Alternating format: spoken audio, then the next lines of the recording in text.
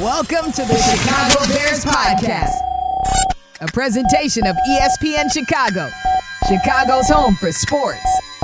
Here's your host, Pat, the Designer.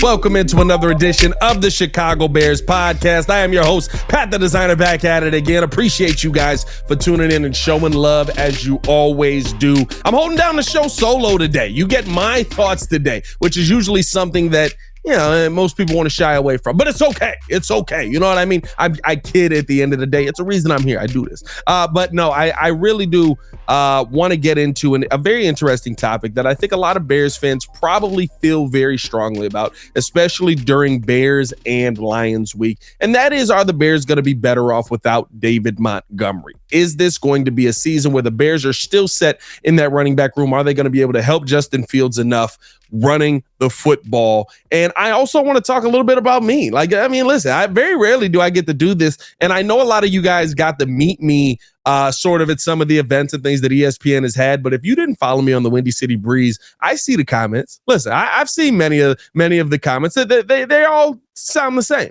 Who the heck is Pat the Designer? So we'll answer some of those questions, give you guys a little bit of background on me, all that more in today's episode of the Chicago Bears Podcast. Appreciate you guys for showing love. Hit that like button, subscribe to the page, and leave a 5-star review. But let's get into the show, right? Let's get into what we came here to talk about. David Montgomery. I'm looking at the Chicago Bears offense. And there's one piece that last season a lot of Bears fans wanted back coming into this season. And it's not even just because of the running itself, right? Like, David Montgomery was a good running back. I'd never sit here and tell you that he was a great running back. He's a guy that broke 900 yards one time. And it was 1,000-yard rushing season. But at the end of the day, right, like 1,000-yard rushing season is what, 66 yards a game now? You know, if we got running backs that are running 66 yards a game, we're not losing our minds over them. But it is good. He was a good running back for the Chicago Bears. But I think a lot of people, including the Bears did make an offer to him. I think a lot of people wanted him back for one reason and one reason only. And that is because you wanted to see a guy back in a uniform who was a real leader. And you can't take anything away from David Montgomery at the end of the day. David Montgomery was a heck of a leader for the Chicago Bears. He just was. He was a guy who, on a night in and night out basis, you knew he was going to give you consistency. You knew he was going to go out there and give you everything he had. You knew that he was going to be out there trying to be the voice that kept everything on the positive side, right? And I love that about David Montgomery. And so I do think that the Lions are getting a serious asset. Now, do I think that David Montgomery is going to all of a sudden break out and have a 1,200-yard, 1,500-yard season? I don't think that. And so at the end of the day, I'm not heartbroken that David Montgomery's gone. And it's tough because there's no slander. There'll never be any Monty slander ever on this podcast because of the player that he was. But at the end of the day, you have to make a business decision. And I felt like the Chicago Bears this season made a business decision. I do feel like the Lions got a really good player, but now I'm looking at kind of what the Chicago Bears running back room looks like. And there are two names in there that, of course, stand out immediately. Khalil Herbert, D'Onta Foreman. Those are the two that you feel like are going to be the lead guys. But I think even with a little bit of the Roschon Johnson angle, what he's going to be able to provide here. And I've told you guys this. I think that Roschon is going to be somebody who takes over that starting running back position. I think that he is the future of the Chicago Bears. I do think there's going to be, a Khalil Herbert hangover for sure. I do think there's going to be a couple of good runs from D'Onta Foreman this season, some utilization of D'Onta Foreman this season. But with both of those guys, right, you ask two questions. Who's catching the ball out of the backfield? And on top of that, who's going to be the guy pass blocking? Khalil Herbert has talked about how he's worked on his pass blocking, and I love it. You know what I mean? Like, let's see it. Let's see it play out. But I do think there's going to come a couple of points in training camp in the preseason where we're going to go, hey, if that's Justin Fields in there, he's going to get his head taken off. Hey, Roschon, yeah, I need you suit up. Can you get in there? Appreciate you. Yep, thank you. I just think that's going to happen.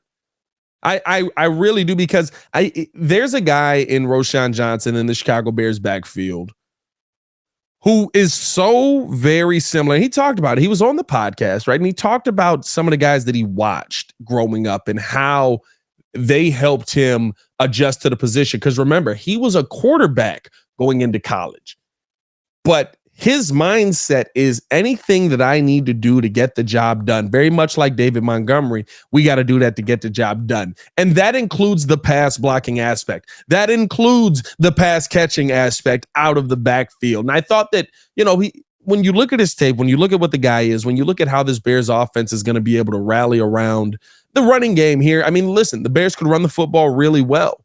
But I'm looking for that guy who's going to be the lead. And I think that's one of the things that I really want to focus on coming out of training camp is who's going to be that lead back at the end of the day. And I just feel like it could be a Roschon Johnson. I think your one-to-one replacement, your apples to apples replacement for David Montgomery in the long run is going to be Roschon Johnson. And so it was an honor having him on the pod. It was an honor hearing the young man's thoughts. And you can just feel the leadership coming from him. And it's so crazy to say. But he said it on the pod, and instantly I can't unsee it. He talked about running backs that he runs like. I asked him the question, and he was talking about running backs that he feels like he runs like. Let's listen to what he had to say. When you look at the league that is here now and that you're about to come into, is there somebody that you looked at getting yourself prepared that you were like, oh, I feel like I kind of run like him with your size and how aggressive we've seen you run, right? Like, is there somebody in the league that you were like, I see my style in what he does? Initially, there was really nobody. Like, I would just watch kind of everybody because you got to think about it. Like, I didn't start playing a position until I got to college. So it was like, I really just kind of watched everybody. There's really nobody that I just like watch and mimic. But after I started playing the position, I kind of noticed guys that I really like watching are like Arian Foster. Matt Forte was a big one. When I was trying to like, just kind of see who I kind of resembled, like body style and just how I ran. Matt Forte, Arian Foster, and then James Conner a little bit as well. So, yeah, I think I probably of all the guys that I've watched, those three would probably be the most.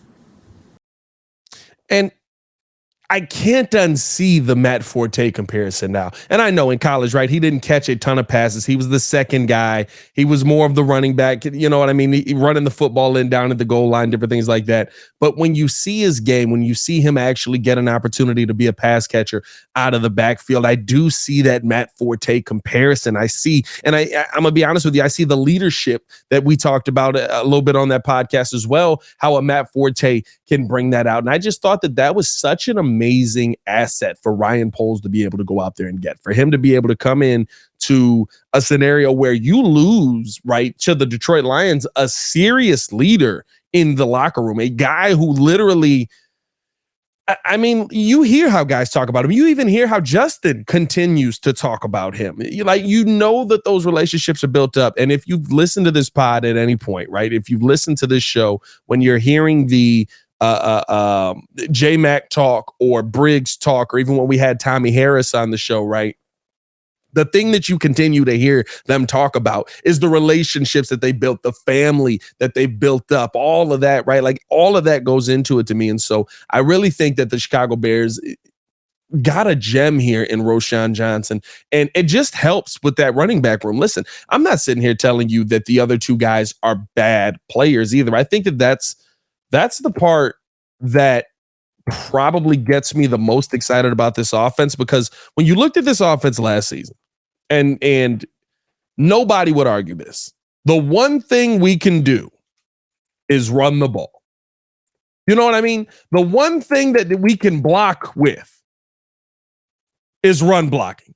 The one thing this offensive line, we know that they can do, no matter the day, no matter the time, they can run block. And I think that is absolutely going to be an asset, especially with every one of these weapons that you have coming into the building. I mean, you've got Khalil Herbert here. He played in 13 games last season, 129 rush attempts, 731 yards, 4 touchdowns last season, but you get that speed, you get that burst, you get that the ability for him out of the backfield to just all of a sudden break away. Deontay Foreman, very similar. And so when you kind of do the comparison, it's almost like how we had the Roquan Smith conversation, right? Where you had did you get 2 for the price of 1? Even though you already had Khalil Herbert here, you go out and you add Deontay Foreman. You also go out and you get Roschon Johnson in the offseason. I feel like you really got two running backs for the price of one as well. And that you can't undersell that. And I don't know, man. I'm so excited to see what this offense is going to be able to bring from the running aspect because, right, everybody's so excited about the pass. Everybody's so focused on the pass. We do want to see Justin Fields be able to throw the ball. That is very important. But the one thing that I look at this Bears team and say is if you're already good at one thing, can you add something on top of it? The one thing that we always want to see is I want to see that get better. But the part that people don't talk about is we don't want to see the other thing get worse.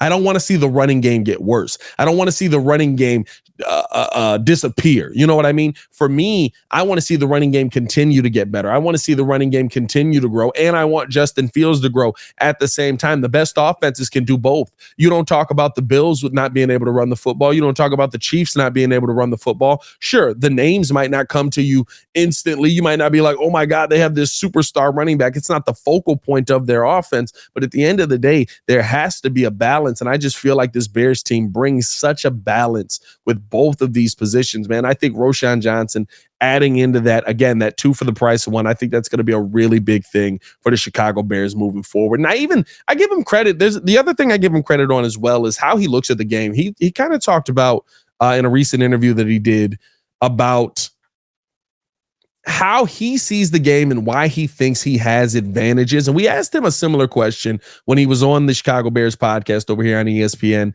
And here was what he said on how him playing the quarterback position helped. Yeah, Roschon, having played quarterback and having to understand coverages and things of that nature, and then making that transition to running back, how do you feel that helped you as a running back understand pass protections, different things that, defenses was trying to do that enabled you to be able to pick up that blitz from your time playing quarterback?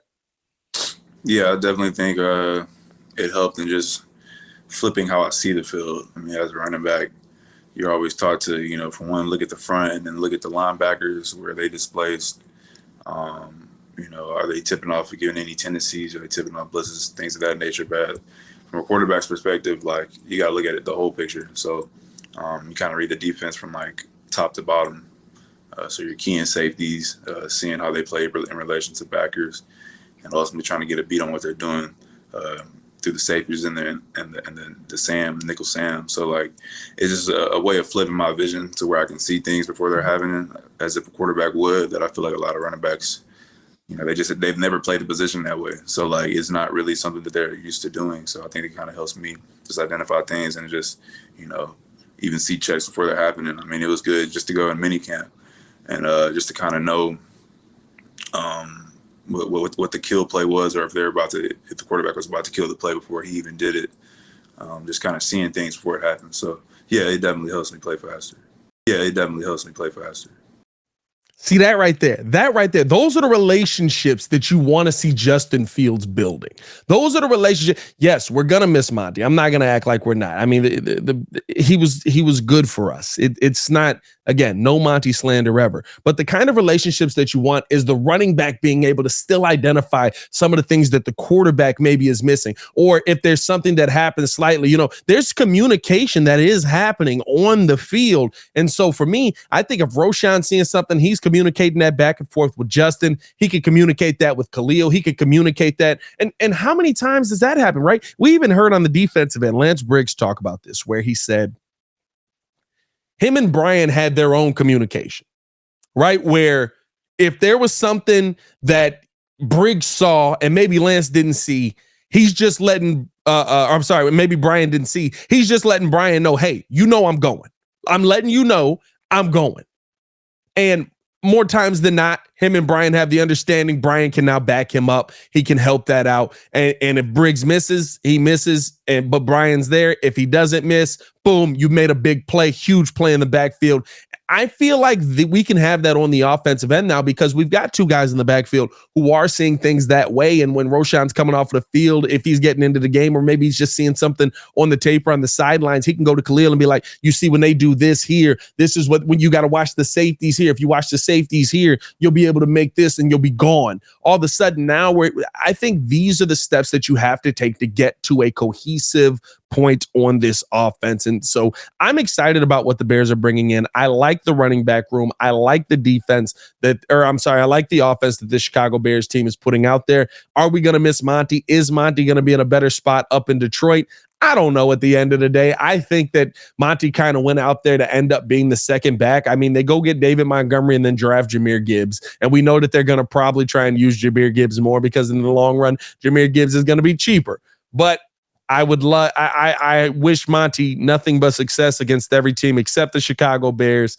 And, hopefully we see him flourish in a new situation, except when he plays us. But hey, I do want to know how you guys feel, man. Let me know in the comments below. I'll be down there talking with you guys in the comments as well. What do you think about the Chicago Bears running back room? What do you think? How do you think that the Bears are in a better place with the running back room than the Detroit Lions are? This is still Lions week, and so we'll close it out with that. We also want to talk about, I want to do this, right? I don't get an opportunity to do this very often, and so I really want to do this.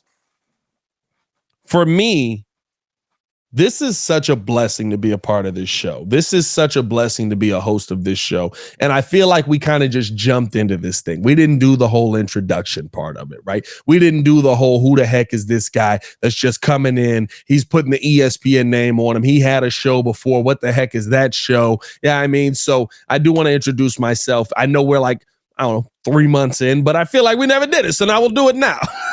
Pat the Designer, man. And a lot of people have asked me, where does that name come from? What is your story on that name? And in the beginning, it was a name that it was self-given for, musical things like that. I did a lot of hip hop and stuff back in the day, a lot of music online. Y'all can go check that out as well. But the meaning changed for me over the years. The biggest thing now is about people being able to live their dreams and people being able to design the life that they want to design. And I'm being able to do that, and it's been an honor and a pleasure coming up through the ranks and fighting my way through, being the content creator with 100 subs and then, videos getting 40 views and stuff like that, and being able to grow my audience over on the Breeze to over 18,000, being able to help this audience here, almost 19,000 over on the Breeze, man, almost at 20. Let's keep it going. And then being able to come over here and help ESPN and grow this brand over here. It's really just about designing your way of life. And so that's where the name Pat the Designer comes from. I am a lifelong Chicago fan. Family's from the South Side, man. So I'm a White Sox fan. Oh, my heart. Just sell it all. Except Luis Roberts, don't sell him. I'm a Bulls fan, as you guys can see, diehard Bulls fan. That's kind of how I cut my teeth in this game as well. How I kind of broke in was live calling a lot of the Bulls games, doing play-by-play and stuff like that. How Chicagoans do it over on the Breeze. But we also did a daily show. We're bringing the daily show back, talking Bears. And so that's kind of where the Bears talk comes in, being able to come over here and, break in and be able to talk the Bears. I'm a diehard Bears fan. When I can't even imagine. One of my co-hosts, Ringo, over on the Breeze, has talked about this many a times. I don't believe that I did it, but he says, you're so diehard. I watched you cry when Cody Parkey missed the kick. We recorded an episode right after that. I was like, I didn't cry. I was like, I was a little emotional, but I didn't cry. And he was like, nah, bro, you cried for sure. So I'm so diehard Bears, man. I mean, I love my Chicago sports. Only team I don't rock with is the Cubs. Here comes the hate in the comments. That's okay. Hey, listen, we're sitting here on the same amount of rings. We'll see who gets to the next one first. It doesn't look good for either side right now. We got some things to work on here. Somebody asked me, I had a list of questions that people were dropping in the comments before, and just what's my favorite Bears play of all time? This is a wild one because my favorite play has nothing to do with Bears success. And it kind of speaks to being a Bears fan, but it's a play that it for me probably cemented my Bears fandom. And it was Jay Cutler dropping back. Right side versus Minnesota, last game of the year. I want to say Brett Favre might have been on the team. And my dad took us to like this hotel. We were just downtown, little vacation, blah, blah, blah, little mini, like it was like a stay at home vacation basically. And he was like, let's just go downtown. We'll chill down there. We'll walk around tomorrow, go get breakfast. But the Bears played on Sunday night. So my favorite moment, and mostly because I spent this time with my dad, and it was the first moment that I spent with my dad, not the first moment. I don't know. It was the first moment that like sticks out where like something happened and I like jumped in my dad's arms, Bears wise, right? And it was Jay Cutler dropping back, looks down the right side. Devin Aroma-Shadu is streaking down the sideline, puts the ball in the air, hits him in the hands. Bears end up winning. And that was one of the moments that just like cemented the Bears fandom in me. I mean, it was a losing season. The Bears weren't going to make the playoffs. It was the last game of the year, but it was just such a cool moment to spend with my brother and my dad, sitting there cheering for our favorite team, the team that we've literally raged about for years. I mean, of course, you know, the Super Bowl, Devin Hester running it back is probably the biggest moment. Yeah, I mean, like that's my favorite all-time moment. Devin Hester being able to run the football back at opening kickoff of the Super Bowl. But if I'm talking about like a sentimental moment, I try to put those ahead of a lot of other stuff. And so that's one of the moments for me, man. Let me know some of you guys' favorite football moments that are sentimental, not just your favorite Bears moment. See, I got deep. See, I flipped it on that. Not just your favorite Bears moment, the sentimental moments, man, that you remember. I mean, my dad took us to get every game we went to. Here was the tough part about all of it, right? Every game that we went to, the Bears got the crap kicked out of them. So like, I didn't have any good memories going to games. Like I remember being a kid, we'd take the train down, you know what I mean? We walk over, it's a cool time. I got a Bears jersey on. I'm excited. I'm a kid. And then we'd lose like 36-4 and it'd be freezing the entire time. And I literally by the end of the game would just be like, I don't want to be here anymore. I'm tired of this. Like, what are we doing here?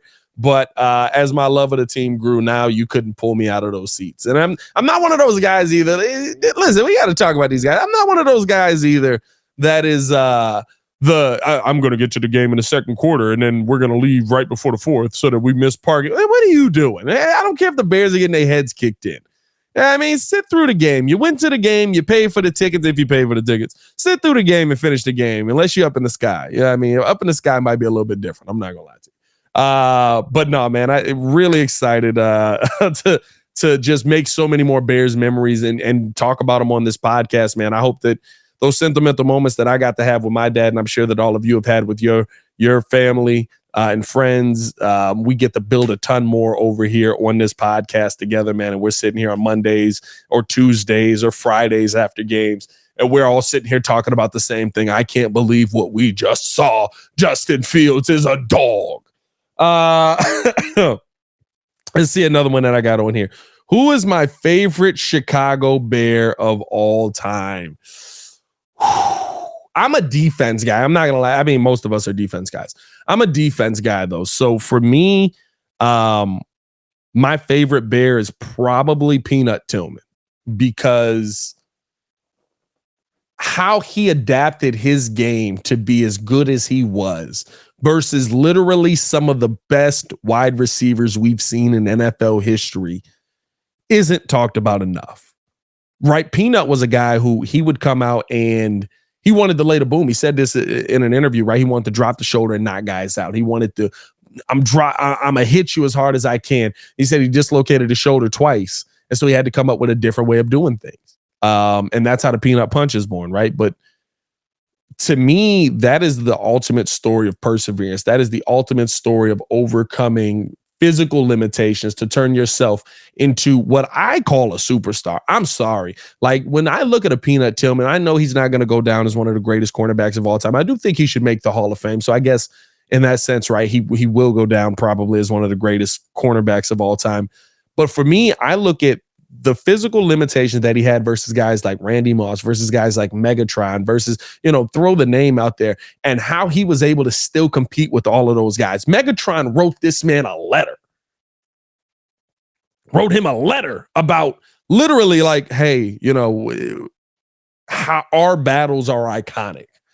Our battles go down in history with how we played. And so for me, I'm all about the overcoming the physical limitations and the struggles that you have.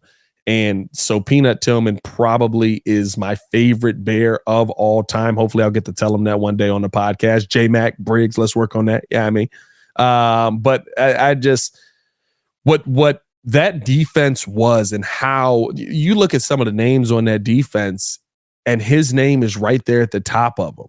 I loved what Peanut brought to the game and how the thing about the Peanut punch and the thing about that move that's so amazing is it wasn't even a move that he was the one that was always benefiting from. The team benefited from it, right? Other guys would pick up the fumble and take it in. Other guys would pick up the fumble and return it for a touchdown. Other guys are getting the fumble recovery. Peanut was just, it was that team mindset, that coming together, that 11 hats to the ball that Lance always talks about. And he was a guy that started a lot of that. So Peanut's probably my favorite Chicago Bear of all time. What is the moment what's your least favorite Bears moment? My least favorite Chicago Bears moment. Unfortunately, there's a plethora to choose from. Not running the football enough with Thomas Jones and Cedric Benson in the second half of the Super Bowl has to be number one for me. I mean, like, I don't understand it. I feel like we knew what Rex was. I feel like there was some politics that might have gone into that with trying to make Rex more than he was, and trying to get the most out of Rex with them picking him, very much like we saw with Russell Wilson out in Seattle when they throw the ball at the end of the Super Bowl. I think that those are decisions that just cost you in the long run, and it made no sense. I mean, with how the weather was in that game, with how the Bears were moving the football on the ground, it absolutely made zero sense to me to not just run the football. And I get it, right? They're stacking the box at a certain point. They're going to force Rex to try and make plays, but you just went completely away from running it. And that's never the answer. If Matt Nagy has taught us anything, that's never the answer. Number two for me, though, and I know it's recent and there's a lot more to choose from all the time. It's Parkey. It's Parkey. My God, it's Parkey. My God, it's Parkey. I mean, listen, and I'm not one. Listen, I get the emotional part of it. I get the human side of it. But at the end of the day, bruh, you kick. Your whole job is kick. You weren't good at your job. And you get to get criticized when you're not good at your job. If I'm a bad podcaster, guess what? The people in the comments are going to tell me, even if I'm good, which I kind of am, and they're still going to tell me I'm a bad podcaster. You know what I mean? Like, if I'm bad at talking on a mic, people are going to tell me. My bosses are going to come to me and they're going to say, hey, bud, you suck. Guess what? Cody Parkey, you suck. That's the worst. Oh my God. It might, I'm not going to lie. If us not running the ball in the second half was in like the NFC title game and not the Super Bowl, Cody Parkey would be one. I swear he would be one. Let's move on. That's a tough one as always, man. God, because y'all remember that Super Bowl? We could have been like, I really believe this. Our defense could have gotten us to the Super Bowl based on how the rest of those games went throughout the NFC. And I really believe we could have won at the end. What, that Super Bowl ended 7-3? As bad as Mitch was, he could have got us 10 points. Cairo probably would have just messed it up. I'm sorry, not Cairo. Friggin' Parkey, Cody would have messed it up somewhere else along the lines, but that's a whole different story. There's a little bit about me, man. I don't want to go too deep into this, man, too deep into all of this, but just a little bit about me. If you guys have any more questions about me, please drop them in the comments below. I'll be down there talking with you guys as well. Gave you my favorite moment, gave you my least favorite moment, gave you, kind of how I became a Bears fan, how long I've been, and just kind of who I am. So I hope that we can build this relationship out. I really do appreciate all the support and love that I get from you guys every single day, and all the haters who come through and they say that it's not worth listening to this show and to skip this show. Your mama. Appreciate you guys as always. Y'all stay safe out there, Chicago. I'm Pat the Designer, back at it again. This Chicago Bears podcast. Peace.